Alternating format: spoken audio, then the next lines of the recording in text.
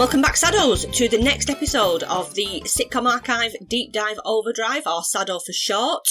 My name is Alison Barton-Simmons. Now then, I'm Eggs Benedict. We are in the middle of deep diving the second series of the 1980s cult classic, Dear John. We are. We're in the penultimate episode, in fact, of all the Dear Johns, aren't we, this week? We are. Series 2, Episode 6. So we've got one more to come. That's a bumper edition. Is that right? Bumper Christmas special, yeah. Exciting. 1987. But this one was the last one, effectively, of Series 2 before that Christmas special. And it was broadcast on 12th of October 1987, and it attracted 13 million viewers, which was the most of Series 2. I took a look at why that might be, because, you know, I'm always intrigued as to how these things work, as to why this was the most watched episode in the second series. But I couldn't find anything, and it was, when I looked on, there's like a part of the BBC website where you can look at ratings, and you can look at listings from those times. But on the day that this was shown, it was half of the listings were blanked out, and you couldn't see what was on.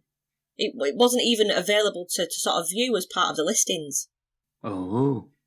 How 1984? I know. The thought police are in action, aren't they? It made me uncomfortable. It had been redacted. It was like it had been redacted, as if it was like some secret TV show that you weren't supposed to watch. Like the Sue Cook Report or whatever it's called. Not Sue Cook. Not Sue Cook. Roger Cook. Do you mean Roger Cook? No, the one who's doing the report into all the parties at lockdown. Sue. All right. Sue something, isn't it? Sue Gray. Yeah, not Sue Cook. So not Roger Cook, not Sue Cook. Sue Gray. I might as well say now, Sue Cook's pulled out, to quote Alan Partridge. Not Sue Cook. God, I'm hopeless. If there's a way for me to get it wrong, I'll get it wrong. It's all right. You're amongst friends, Ben. It's fine. It's fine. So this episode is called Once Bitten, and we see John in a bit of a predicament. That's all I'm saying at this stage. Yeah, ooh, hashtag different times. Indeed. But if you want to watch this episode before you listen to us dissect it, then I did get word that I'd got word through my contacts. Who from? I got it from that journalist at The Sun who was going on about Love Rats last week. Love Rats. I got word that Forces TV are re-showing Dear John very soon. Oh, that's good. But if you wish to watch it immediately, this moment, you can join our Facebook group where we post the videos in their entirety until Zuckerberg stops us doing that.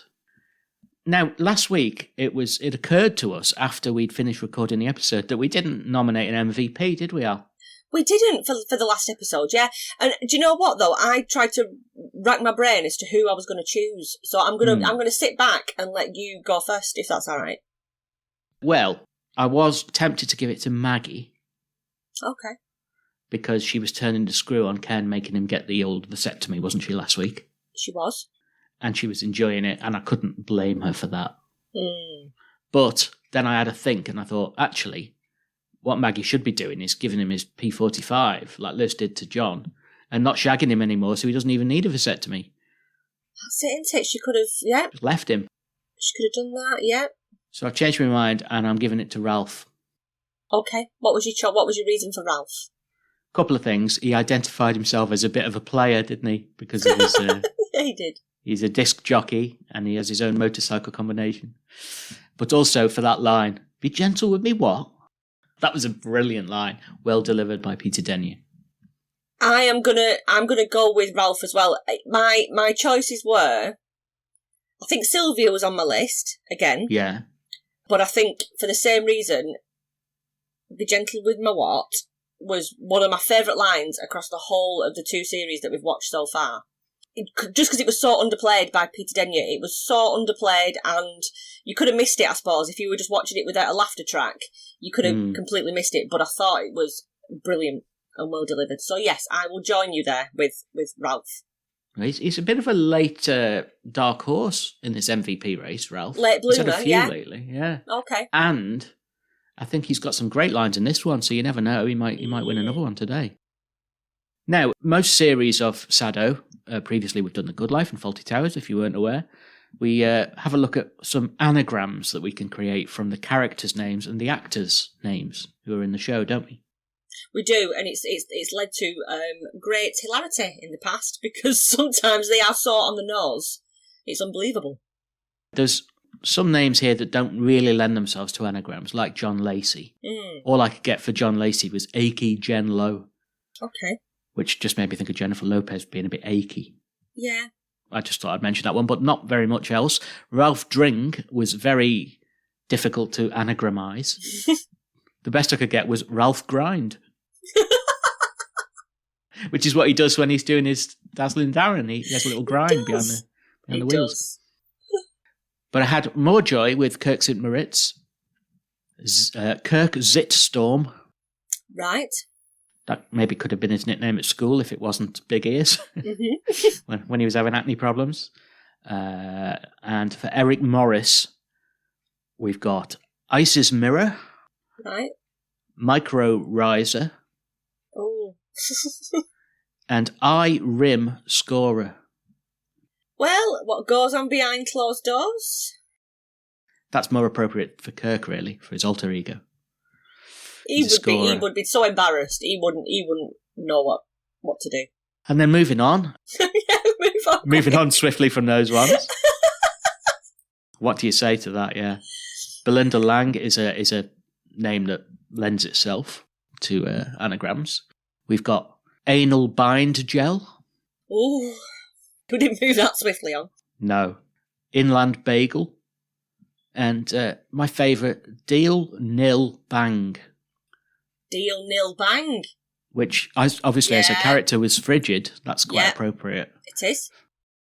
We would have used Kate, but we don't know Kate's surname. And what can you do with Kate? Take. That's about it. That's it. Teak. Peter Denyer. We've got some good ones for Peter Denyer. Prey entered. Ooh. Terry Deepen. That sounds like a porn name. It does, doesn't it? Ye Pretender. Ye Pretender? Oh. Yeah, it's like an accusation. Ye Pretender. Isn't it? Yeah. Deep Re-entry. That's like a porn title. It is a porn title, yep. And a good one, Peter Ye Nerd. Oh, that's a good one. Yeah, very apt for I like the character he plays again. And a brilliant one for Rachel Bell, for me to finish on here, is, we've got Herbal Cell, which doesn't mean much, but a brilliant one, Ball Lecture. Ball Lecture, that's cool, I like that. What about the ballroom? Exactly. And you had a look, I think, didn't you, to see if you could find any Peter Blake and Ralph Bates ones? I did. There wasn't a whole host of answers. There were lots of word sort of soups, word salads, of just like a collection of words, but the ones that sort of stuck out to me for Ralph Bates were the bra slap. Oh yeah, I like it. And this one, helps at bar, which I thought was bar. Yeah. So like after the meetings, when they're all chatting away with a pint, the sort of meeting carries on, doesn't it? So he helps at the bar. He helps at the bar. Yeah, that's quite good. The only one I got for Peter Blake, that was my other one that I had a quick look at. Talk beeper was the only one that stood out to me as being of any relevance. It's a bit like John Cleese, isn't he? He's an unagrammable name. Yeah. Talk beeper. I just, while we're talking, because I realised we forgot him, I've just looked up Will Bates. It's remiss of us, seeing as he give us the time to talk to us. Yep. And did you look up Will Bates or Toby Lacey? Will Bates. White balls. All right. Yeah, nothing special. Sorry, Will. There we go. So, shall we get stuck into this episode after exhausting all of those anagrams and coming up quite lame, wasn't it, really? There wasn't many good ones there. Yes, I'm all worded out now, unfortunately. Yes, yeah. So, yeah, let's take a deep dive into the episode Once Bitten. Let's go. Dear John, dear John, by the time you read these lines, I'll be gone. Life goes on, right or wrong. Now it's all been said and John. Seems we've sung love's last song, dear John. So we open up this episode in the pub. So we're at the end of a meeting and they've all gone to the pub afterwards. And Sylvia seems to be doing Ralph's astrological chart. Have we had any indication previously that this is what Sylvia's into, that she's into, like, astrology? Yes, I'm pretty sure that John said at one point that it was a load of old rubbish. Okay. To her. So it's not been played on heavily, but yes, we do know that is what she's into. Okay, so she's sat doing all sorts of, like, drawings and writing out, and she's really into it, isn't she? She's got a real knowledge of how it all works. And Ralph's telling Sylvia about his uncle, who was an amateur astronomer, who saw, and this was quite a really strong opening scene, I thought, for Ralph. He's talking about his uncle, who was an amateur astronomer. You could say animatronic then. Animatronic. Who saw a prophecy of doom in the stars and was committed after sending loads of letters to the Prime Minister warning of a calamity of worldwide proportions. And then he sort of, like, let slip again afterwards that 2 weeks later the war started and his hospital got a direct hit. So obviously Ralph really does dwell on the fact that his family have got such bad luck, and I think he struggles with that part of his history and he clings on to it a little bit, doesn't he? Yes, because there was that episode dedicated to the whole notion, wasn't there, of his bad luck. Yeah. Did you notice here, though, that Ralph says that the uncle was committed on the advice of the Postmaster General? Yeah. Was it just because of the amount of letters that he'd been writing? Well, I assume so, but could we not have consulted a fucking doctor first? Yeah. Yes. Take advice from the experts, not your postman. And then Sylvia says, it's such a shame when someone goes mad. Yeah. Different times. Different times. It's a bugger when someone goes fucking bonkers, isn't it? Yeah. I noticed as well, just as an aside here, this is where Sylvia's definitely become one of the main players in the sort of big five actors that are in Dear John. Yes. She's become less of a bit part. I think, is that with Kate sort of disappearing off as she sort of stepped into that role, do you think? I don't know if it coincided. Yeah, it'd be interesting to know if there was a scheduling problem or she was actually written out. Yeah. Ralph shows Sylvia what we think is a photo of the uncle that he's talking about, and she remarks what a fine-looking man he was. But it turns out that the photo is of Ralph's Polish ex-wife. Blomlika, yeah. Exactly. We find out she was a riveter in a Gdansk shipyard. But I was a bit confused here as to why he was showing her that picture at that moment. Because I did assume it was the uncle. I think he just found it in the wallet and he was like, oh. Okay. Yeah. And here's a picture of my ex-wife who was a riveter in Gdansk. Yeah, and he said, oh, I didn't know I had this. Look, here she is. And then they obviously all suspect that it's a bloke. Yeah. Lots of misunderstandings around this photograph. Bit of trivia for you. In Dear John US, there's an episode where Blomlika returns and Ralph Drang gets his second chance of happiness with Blomlika.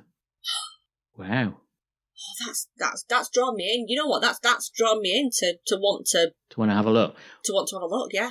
Well, we said we'd deep dive one of them. Why don't we seek that one out and deep dive that one? Because that might be interesting. That. Yeah, I think I would be really interested to see that. There's a plan. Right, there we go. Put a pin in that. We'll do that. Ralph goes over to help John with the drinks, who's at the bar. And Louise comes over to Sylvia and she's looking quite flustered and cross at this stage. She tells Sylvia that George from a previous episode is Sylvia's ex-husband, who she describes as a transvestite. He's just popped into the community centre after the meeting to ask if Sylvia wants a lift home. And Louise is quite agitated by this, as he was wearing a dress, high heels, a crocodile skin shoulder bag and makeup. And she's like visibly sort of shaken, isn't she? Very annoyed, isn't she? And I'm getting annoyed at her. I was. But then the punchline reveals there's a good reason for it. There is a good reason. So Sylvia reiterates that he is a transvestite, Louise, #different times. But she asks Sylvia to tell George never to come into the community centre ever again, unless it's an emergency. So, like you, my back was up at this stage. I'm thinking, right, remove all the MVPs from Louise, because she's just a shit. Sylvia's response does, however, attempt to put Louise in a place, and she says, well, George is a member of the community, and he's got every right to use the centre, which is correct, but it turns out that Louise is only miffed because George was wearing the same dress as her, and the pleb of a caretaker thought he was Louise's twin sister. Brilliant. I thought that was an ace joke, and it landed really well. I thought it was fab. Do you think that he wore it better than Louise? Do you think that was the real issue? She was gutted, yeah. Yeah, that's it. Looked better than she did. Men can be such brutes. This next bit threw me a little bit because Sylvia then panics about George coming into the pub, which almost like reneges on the speech that she just gave to Louise about George being able to go wherever he wants. He's a member of the community. He can go wherever he wants. Yeah, I'm a bit confused by why George is picking her up anyway if he's the ex. Yeah, I don't know. It's a bit, yeah. I think it's all obviously played for laughs and jokes. Perhaps we're not supposed to look into it too deeply. No, nobody thought that 36 years later, two idiots would be sat there. Exactly.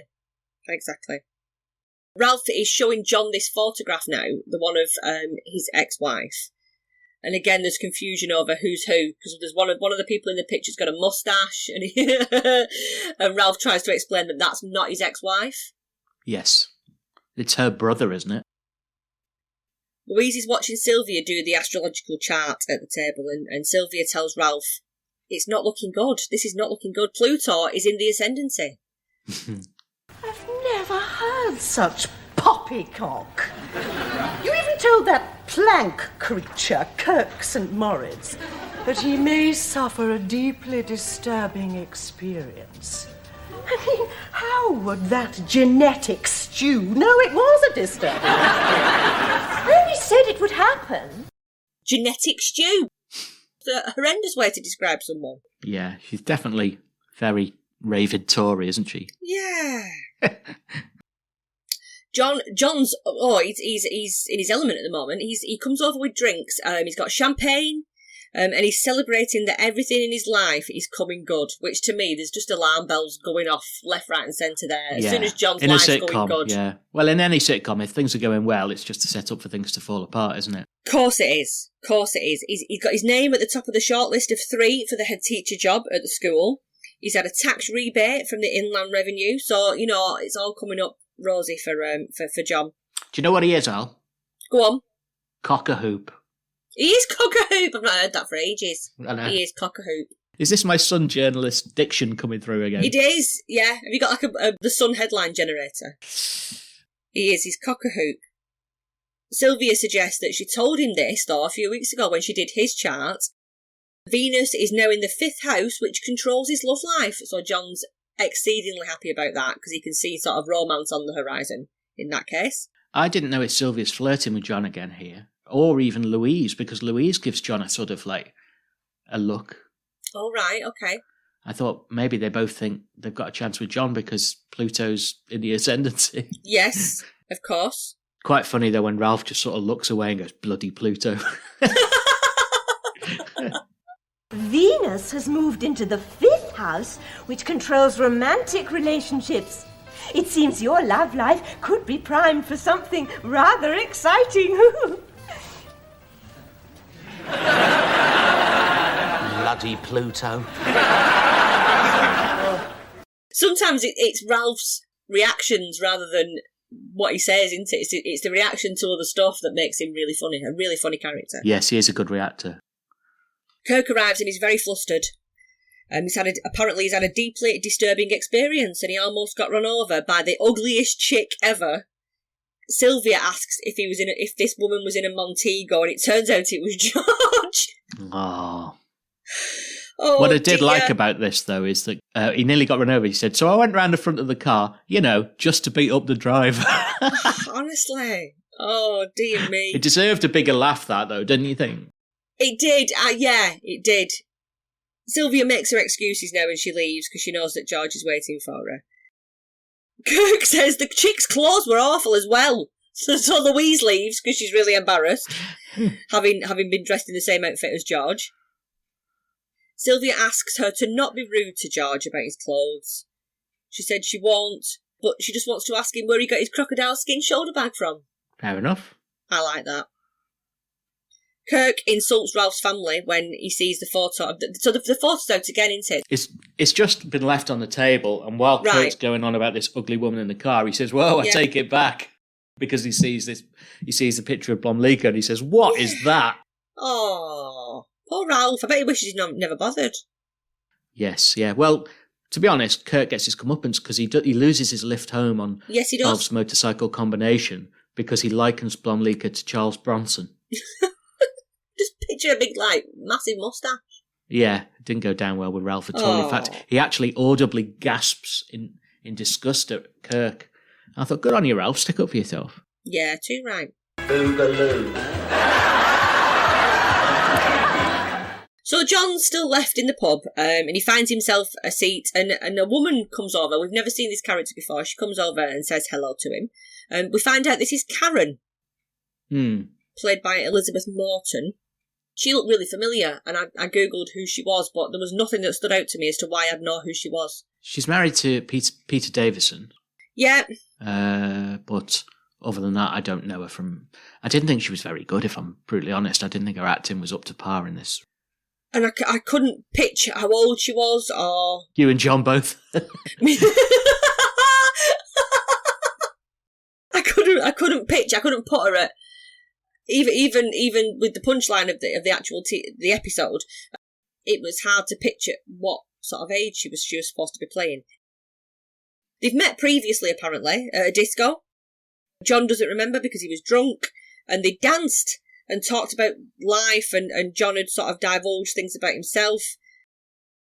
He offers her some champagne and they have a bit of a drink together, and then he looks up and thanks Venus in the same way that he often looks up and thanks God for the good things that happen to him. He really does place emphasis on external bodies for making his life good. Yes, true. Which is very, very interesting. John brags about playing squash in uni when she says that she's been out playing squash tonight with some friends from work. She's a hairdresser, we find out, and she says, well, if you can teach me squash so I can play better, I'll do something with your hair. Yeah, apropos of nothing, because nobody had mentioned John's hair. It was just it was almost like a little dig saying, do you know you look like Roy Cropper? I can sort that out for you. I can sort that out for you, exactly. So we cut straight to the squash court then. John and Karen are on the squash court. John is being totally thrashed. It's embarrassing to watch, actually, isn't it? It made me feel really uncomfortable watching him try and... He was all sweaty and knackered and... Yeah, he was a mess. And to be honest, much as we love Ralph Bates, his diving around the court wasn't very convincing, was it? No. If that was supposed to be like a first date, it was really uncomfortable. But she thinks that he's letting her win in order to sort of be nice. But then he trips up and falls. And Karen says, well, I've warmed up enough now. Should we start the match? And he's like nearly falling apart, isn't he? Well, to be fair, squash is a common killer of middle-aged men, isn't it? Because apparently it's horrible. Nothing gets the heart going to the extent it does. Didn't Leonard Rossiter? Did he have a heart attack after? No, he died in a theatre. He was a real squash fanatic. He played all the time, and he ended up having a heart check for some reason. Maybe because he had an episode like John, and they said, "Oh no, you're fine," and then. Not long after, he died of a heart attack. So he wasn't at all fine. So let's not blame squash necessarily for that. But all I'll say is that squash can be a killer for middle-aged men, definitely. It contributes. Yeah, because it's such an exhausting game, the way you throw yourself about. I think people do it thinking, well, it's only like a really small space. I don't have to do much running about. I don't have to... But it's exhausting playing squash. Yeah, I mean, last time I played it, which was a long time ago now, my muscles didn't recover for 2 weeks or something. It was awful. We now cut to the school, and the head teacher is talking to a sea of what appeared to be very grey teachers. Very grey, that room. Everybody had a grey suit on. Not very green, very grey. Not very green, very grey. Oh, apart from John. John's still there in his mustard/rust-coloured jacket. So he stands out, doesn't he? He stands out as being a bit different. He also stands out because he's lolling around as if he's at home on his own couch. Everyone else is stood there sort of with a semblance of respect for this head teacher. Yeah. And he's lying around as if he's just scratching his balls watching Corrie at home. I think John thinks he's got it in the bag, though. He thinks his life's in the bag. That's why. Yes, maybe. He's all chilled out. He's volunteered to take on the work of the sportsmaster, who's going in for an operation. He's obviously hoping that stepping up will go in his favour, I suppose, of getting the head's job. The head then tells John that the job is his. Yeah. So everything that John's been hoping for is sort of coming up roses, isn't it? He's got the job, but then Ken turns up, bloody Ken, calls John a bootlicker for taking on this extra role. John divulges that he's actually been given the job, and Ken is actually happy for him, which I was surprised at. I thought Ken would have been like, yeah. Oh, why are you bothering doing that? And been all scared and horrible about it. Well, he redeemed himself briefly, but it doesn't take long before it becomes an absolute gobshite again, does it? Yeah. He admits to Ken that he's taken on the job of the PE master because he wants to tone up and get fit for Karen. And he tells Ken about playing squash and having a funny turn. We didn't see the funny turn, did we? We didn't see the funny turn happen. No. But apparently, during the squash match, he'd got a funny colour and had to go to A&E. Oh, I get it. It's this 23-year-old girl you met the other week. No, it isn't. Well, not entirely. Look, if I tell you something, will you swear it won't go any further? Well, you know me. Yeah, that's why I'm insisting that you swear. Last night, I took Karen to the sports centre to play squash, and, well, during the game, I kind of went a strange colour. What sort of colour? Well, somewhere between pillowbox red and aubergine. Karen panicked and phoned for the ambulance, and, well, I felt fine. Well, why didn't you tell him you felt fine? Because I was having a bit of trouble talking. Anyway, the reason I'm so tired this morning is I spent the whole of last night in the cardiac unit at the local hospital. And the hospital is where he was advised to get fit. Yeah, there was the lack of oxygen in his bloodstream or something, but basically he's got the all clear, hasn't he? So taking on this extra role and the job that it'll have him being more active, he's hoping this is going to keep sort of Karen by his side. Yes. Ken advises John off Karen, but then asks if she's got any friends. So again, he's interested. He's wanting a bit of what's going on for John, but doesn't want John to have anything like that. He's always sniffing around the fanny, isn't he? Is. He's the type of guy you can imagine saying, if there's grass on the pitch, do you know what I mean? As a teacher, he's that type of like lecherous, horrible old middle-aged prick. Yeah, dirty bugger. She's having a party and has asked John to bring some friends. So Ken's desperate to get in there. He's desperate to get to this party, and John pretends to ring Karen to ask her if Ken can go along. However, he actually rings Maggie, Ken's wife, and then puts Ken on the line, and it's awful because then he's got to try and backtrack out of wanting to go to this young woman's party in front of his wife. I like the fact that John stitched him up. I really like that. Yeah. Because when Ken took the phone, he obviously thought it was Karen on the other end. Yeah. And he went, hello. Like sort of Leslie Phillips ding-dong type of thing. It was horrible. And yeah, it was Maggie. And we can actually hear Maggie in the way that you could in a lot of 70s and 80s things where there was like an irate woman on the other end of the line. You just hear sort of like, squeak, squeak, squeak, squeak, squeak. Yeah, just like that. You're a lunatic person. They should put you in a home for fruitcase people. Oh, so we're out on the sports field now, and John is running with the boys. He's obviously taken up the job of the sportsmaster. And he meets up with your archetypal sports mistress. Oh, yeah, right ball breaker, wasn't she? Oh, she was, yeah. She's got a bone to pick with John. She says that when she and the girls passed John's languages classroom recently, someone had written bum across the blackboard. John says, well, at least he'd not written blackboard across his bum. Imagine getting so upset about that, someone writing bum on a black... Compare that to these days. What an odd thing to do, How tame is that? I know she's quite jolly hockey sticks and female sports mom, this woman, but get a life, woman. Yeah. He knows that of other people's business. Actually, it doesn't even say bum, it says Baum, which is German for tree. Yes, that's right, yeah. You're wrong. John's quite savage with her. He says something about what does he say? It's a good idea, Miss Cowper. If I got rid of everything that looked disgusting, I wouldn't be here talking to you. Very cutting. Very. The girls from the sports mistress's class all file past and say, good morning, sir. Until Karen appears and says, see you at 8. Oh, no. So John just says, yeah, absent-mindedly, obviously not thinking that Karen is actually in one of the classes in his school. It's a double take situation, wasn't it? It was like the guy from Laurel and Hardy, who always did the double take. The realisation, when it dawns on his face, that she's one of his students in school, the school of which he's going to become the head teacher of. Oh my God, you could see his life just like flashing before his eyes. Yeah. He's in a bad way, isn't he, poor John? Oh dear. So we cut back to the staff room now, and Ken's still on the phone explaining to Maggie about the party. And when John gets back inside, John looks at this stage like he's having a heart attack. He looks like he's going to cark it, I think, at this stage with that news. He explains to Ken that Karen is on the hockey team and is a pupil at the school. Ken loves this though. He revels in it. Well, he's quite well, first of all, he's slow on the uptake for a teacher, for someone who should be quite smart.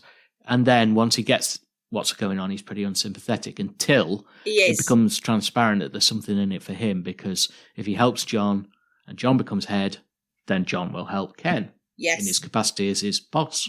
Absolutely. He could do with having John as the head to support him. Yes. Ken tries to find some dirt on Karen to help John at this stage, and he rings the records department of the school. Ken tells John that she's 12. Yeah. Which is an absolute, oh my God, you can see his life doubly flashing before his eyes at that stage. But she's not really. She's actually going to be 18 next month. John agrees to get Karen out of his life right now, and Ken summons her to the staff room in order to sort of grasp the nettle. Of all places.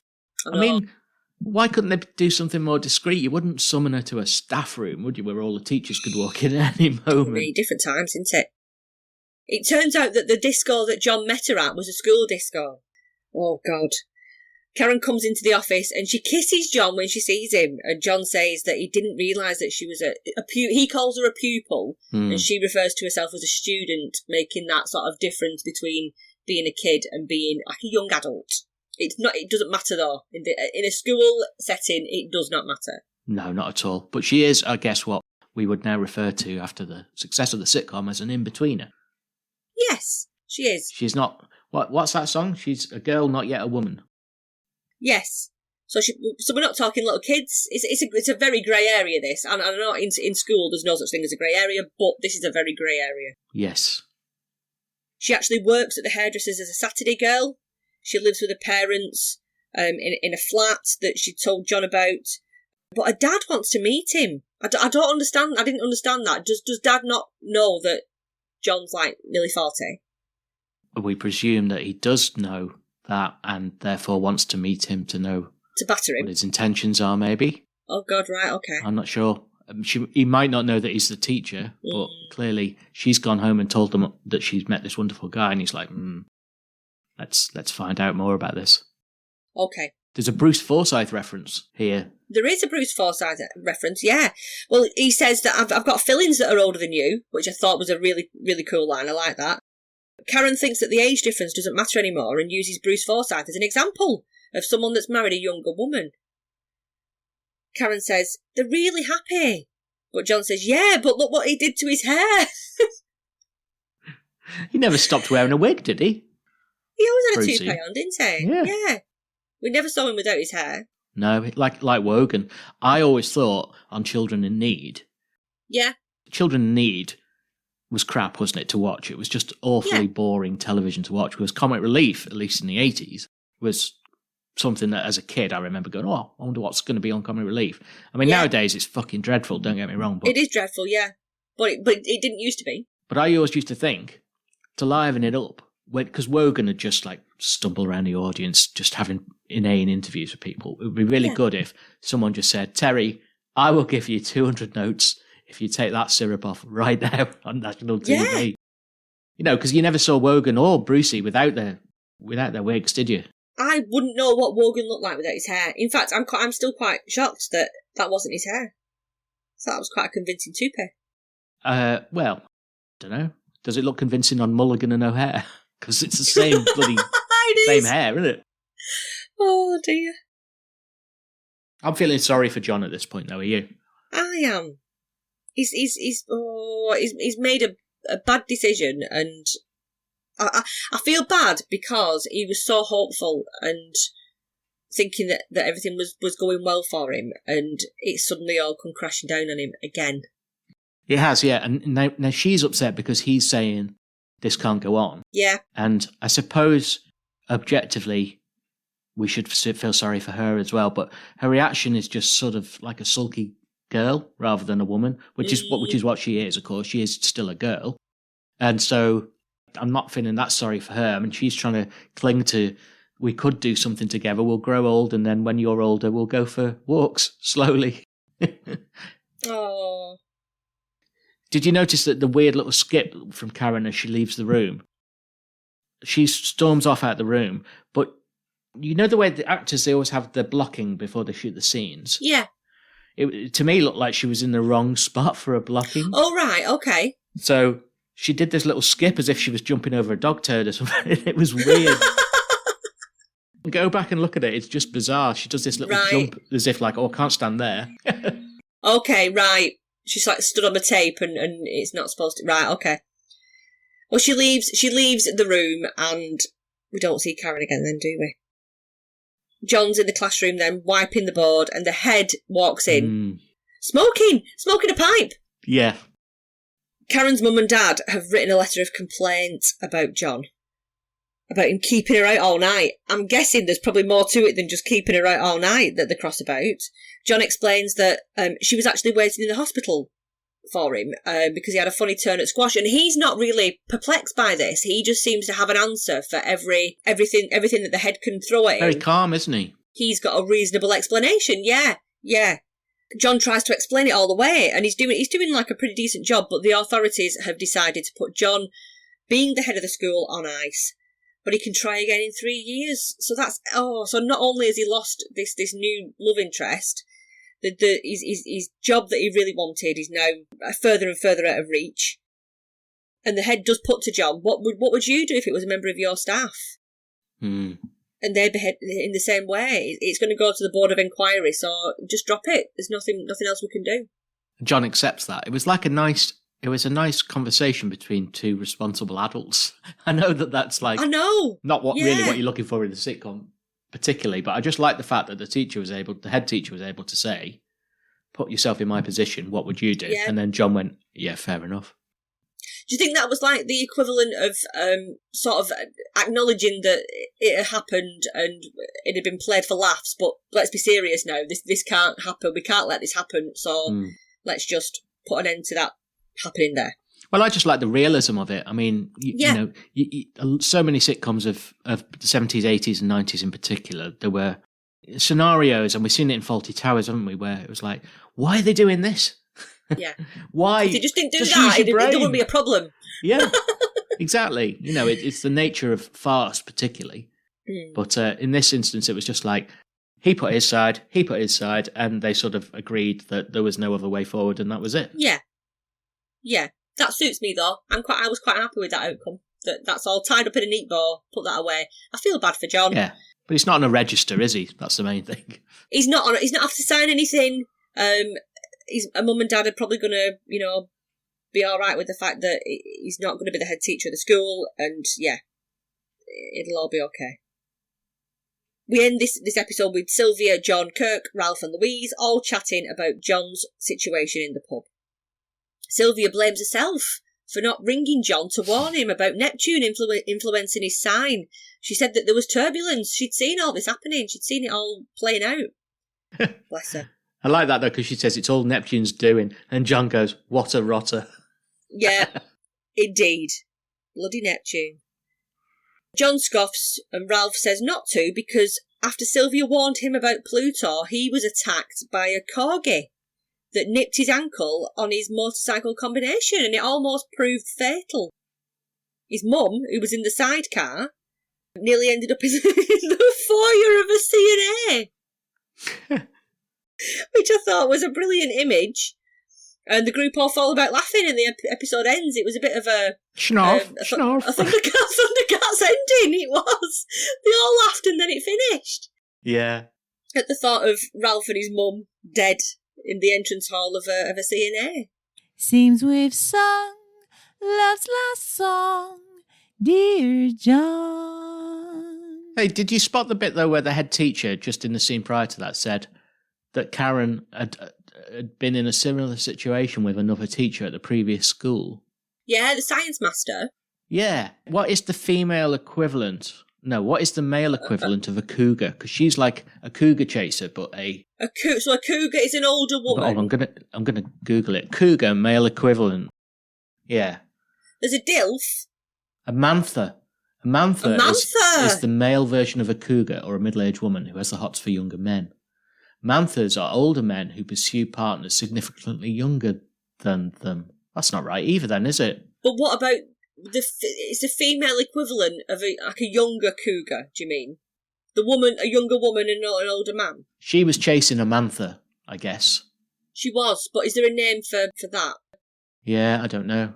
Sugar daddy? He's the sugar daddy. No, he's the sugar daddy, but what's she? According to the Urban Dictionary, the male version of the cougar is a rhino. What? I don't know what she is, but hold on, let me find out more about this. A rhino. Why? According to the website's definition on the Urban Dictionary, it is because the specimen is more often than not both horny and ugly. Wrinkly. Grey. Yep. That's a bit harsh on John. Don't think he's a rhino. No. Is that what you were looking for, though? Or were you looking for the equivalent of a younger cougar? I don't know what to Google to find out that. What is a young cougar? Hold on. What do you call a young cougar? It's a set up for a joke. Mm-hmm. Right, I've accidentally typed in cigar instead. What do you call a young cigar? Cigarello. Puma? What's a puma? Oh, this is a whole world that we don't know. It's like when I found out all about bears and things in the gay world. Oh, yeah. Yeah. Pumas are said to be women under 40 who prefer younger men. Oh, right. So it's just a younger cougar, that, isn't it? So that's not it. It's like a reverse cougar. What's a reverse cougar? Well, that'll be the mantha, won't it? No, reverse as in a younger woman with an old... Oh, no. Oh, forget it, Al. Forget it. I don't know. I'm all confused now. Yeah. There's a whole array of safari park animals here that I didn't realise had any reference to anything else. Oh, well, no, here we go. I was going to say forget it because my head's spinning, but here we go. Ready? Yep. Cougar, a woman in her 40s who dates younger men. Jaguar, a woman 50 plus who likes younger men. Kitten, a woman with an older man. So this will be what's her name is, won't it? Karen the kitten. Karen the kitten. Then we've got Panther, a woman who likes older men. Rhino, an older man looking for a younger woman, which isn't what John is, but is what Ken is. Okay. And then finally, we've got Trout, which is Gail Platt. No, which is older man looking for a younger woman. Okay. God, this is a very comprehensive website. What website is that? Cyberdefinitions.com. They've got examples. Melanie is a right puma. You need some puma loving, bro. Always saying that, me. Yeah, always. Karen the kitten, right. She's a kitten. We've put that to bed now. Okay. I wonder how much older Peter Davison is than her. What was her name again? Who, Karen the kitten? Yeah, the actress. You got it written down. She was called Elizabeth Morton. Right. Well, Peter Davidson is 72 and Elizabeth Morton is 61. Is she? So, yeah, she's from Liverpool. So, she is a kitten to his Mantha. She is. She's a Doctor Who kitten. That's the old pervy fifth Doctor. He is Doctor Who, isn't he? Well, he was. He isn't anymore. The Doctor, sorry. Annoys people. Yes, that's all the more reason to say it. Mr. Who. Doctor Who. Right, anyway, we've gone way off. We are, yeah. Let's circle back. Have you got any bric-a-brac? I have got bric-a-brac. I've got an array of bric-a-brac. Oh, okay, I've got a couple as well. You go first then. Some physical, some verbal, as per usual. My first bric-a-brac is the wooden squash rackets. Right. Which I liked. I remember there being a random wooden squash racket in our cupboard. Nobody played squash in our family, so I don't know why we had it. But I do remember fondly there being some kind of wooden squash racket. The head teacher's gown that he swanned round in. I've got that, yeah. The headmaster's cloak I've put, but yeah. Same. Yeah. He looked like the head teacher from Viz. That's the only time that I ever see a head teacher wearing a gown anymore is in Viz. And he had the same moustache as well as the head teacher from Viz. And he was totally disinterested because of his impending retirement. Yeah. He was just like, oh, we're missing a computer, but I couldn't give a shit. I'm retiring anyway. Yeah, you sorted out. Not bothered. We've got two more. One was a physical, one was a verbal. The physical one was the poster in the staff room of education, cuts don't heal, which is still relevant 30 odd years on. Yeah, still find that very much. Very interesting that even then it was still bad news. Go on, what do you think's my verbal? Can I have an outside line, please? Oh, it wasn't. No. I like that. Yeah, because that's what John says when he decides he's going to phone Karen, isn't it? Is it Karen? Yeah. He picks up the phone and says, "Can I have an outside line, please?" Because nobody had thought of the idea of pressing 9. Absolutely. My first job, I had to ask for an outside line. It was in a newspaper office, and having to ask for them to get me an outside line. Forgot all about that. It's in the realm of jobs that have been lost to machines, isn't it? I mean, operators were always busy because people would just pick up the phone and say, "Operator, here's the number I wish to dial." Yeah. You know, not needed anymore. My final one, which is a verbal one, was with the reference to CNA. Yeah. Just because it conjures up memories. However, we, as I mentioned last week, we've just come back from Spain. CNA is still prevalent in the Spanish mainland. It's like we're scared of CNA's lawyers getting onto us for describing them as a relic of the 80s. We want to make absolutely clear to CNA and their army of litigious professionals that we know they're still going strong in mainland Spain. They are, and it was nice to walk around. There was no sort of clock house or anything like that I remember from my childhood. I don't know. It's one of them things that when I see it, it just gives me like fuzzy warm memories of yesteryear. Getting a job for the sun. I know. Go on. So, what were yours? What were your big cracks for this week? We've covered them. Yeah. Have we got them all? The outside line and the headmaster's cloak, yeah. I've got an MVP. Have you got an MVP? Because we forgot last week, so let's make sure we do it this week. I have got an MVP. Did you know that we got a complaint about missing the MVP? No. Given that the episode was all about people getting riled up about the most trivial things. Oh. They did word it friendly, but of course. Just wanted to point out that we'd forgotten to do an MVP. Attention to detail. I like it though that people that want to listen to this podcast have such attention to detail. I like it. It's our kind of people. Because we might have forgotten otherwise, and it would have skewed the results.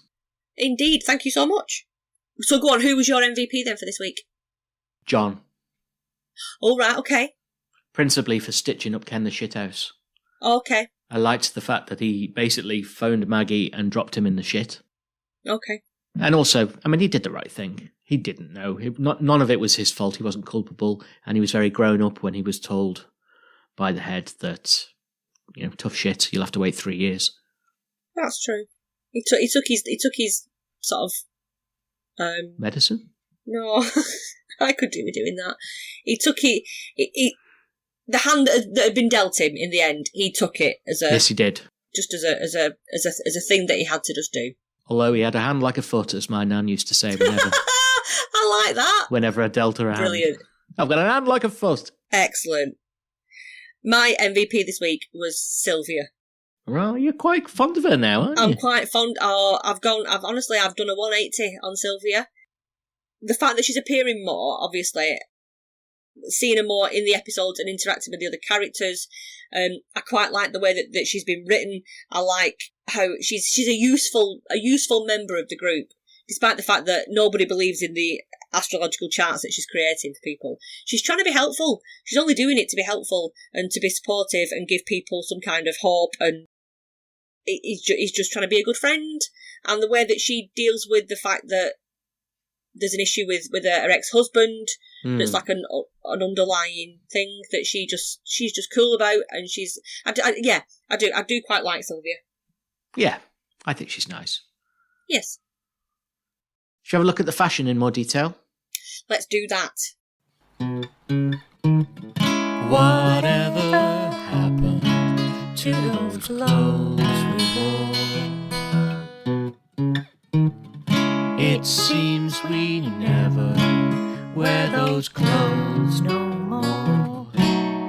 Fashion cold. No. So there's an array of mum blazers on display from the ladies of Dear John this week. Louise / George has a mum blazer with it's like a black collar. It's blue predominantly in colour, with a black collar and cuffs and large polka dot design all over it. It's like a lilac-y powder blue colour, and it's been teamed with a black camisole top underneath and the chunky gold jewellery that we see on display week in, week out at the moment.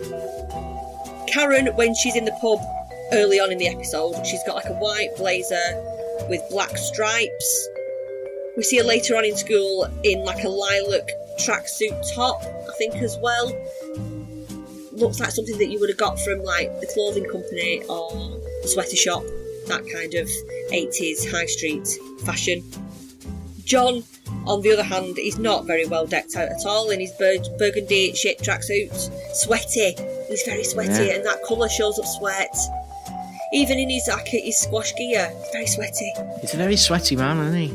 Sylvia, when she's busy doing the astrological charts, later on in the episode, she's in like a beige and white spotty dress. She always dresses she's quite feminine looking, isn't she, Sylvia? She is, yeah. And the clothing that she wears is quite feminine. It's got cap sleeves and she's got like a matching hair ribbon as well, which is very, very sweet. Kirk, in this episode, isn't wearing his black shirt with his white jacket suit, Saturday Night Fever look. It's the red shirt this week, which I always think, he looks like more dressed. It's like a more dressed up version of Kirk, rather than having just the black shirt on with his white suit. The red just seems to elevate the look for me. And of course, it's like open neck, medallion, and all that jazz. So yeah, that's it from me for the whites for playing squash. They were more like tennis whites, weren't they? Yeah, I don't know what you wear. What do you wear for squash? In my experience, and I played squash in the 80s as a kid with my dad. Mm-hmm. And to be honest, he might have well gone down the Leonard Rossiter route if we carried on playing. Right, yeah. I think he was getting in a bad way with it. Yeah, in my experience, people just wore what they want. It wasn't like you need to wear your whites thing. So I was just surprised to see them all in white. But I don't know. Maybe it was a thing. Maybe it is a thing. I don't know. Maybe it was just you rocking up in your own clothes and you weren't supposed to do. Yeah. Like that kid in PE who always comes in just the wrong gear and gets away with it. There's always one in there. He doesn't quite have the right kit. Yeah, but nobody says anything because to me, it doesn't matter, does it? As long as you're taking part, does it matter what you got on? No, but you know, PE teachers are notoriously overgrown school bullies a lot of the time anyway. Yeah. Sorry if you're a PE teacher listening to this, but our PE teacher, certainly, I think I've told you about him, nicknaming me Wilfred, haven't I? Why Wilfred? What was, just jog my memory? Because I was on my first day, well, maybe not my first day at school, but my very first PE lesson at secondary school. I was sat in the gym. I had no friends at that point because it was, new. New school, yeah. Sat on my own, waiting for the teachers to come in. A lot of more raucous boys were sort of running around, and I was just sat next to this trampoline. And as I was bored, I just started sort of like just playing with the chains on the trampoline. And he clocked me doing this, and as he come in, he was like this big Welsh guy, and he went, "All right, Wilfred, stop playing with your chains," and then called me Wilfred for like about 6 months after that, to the amusement of, everyone in the school. Yeah. Dick.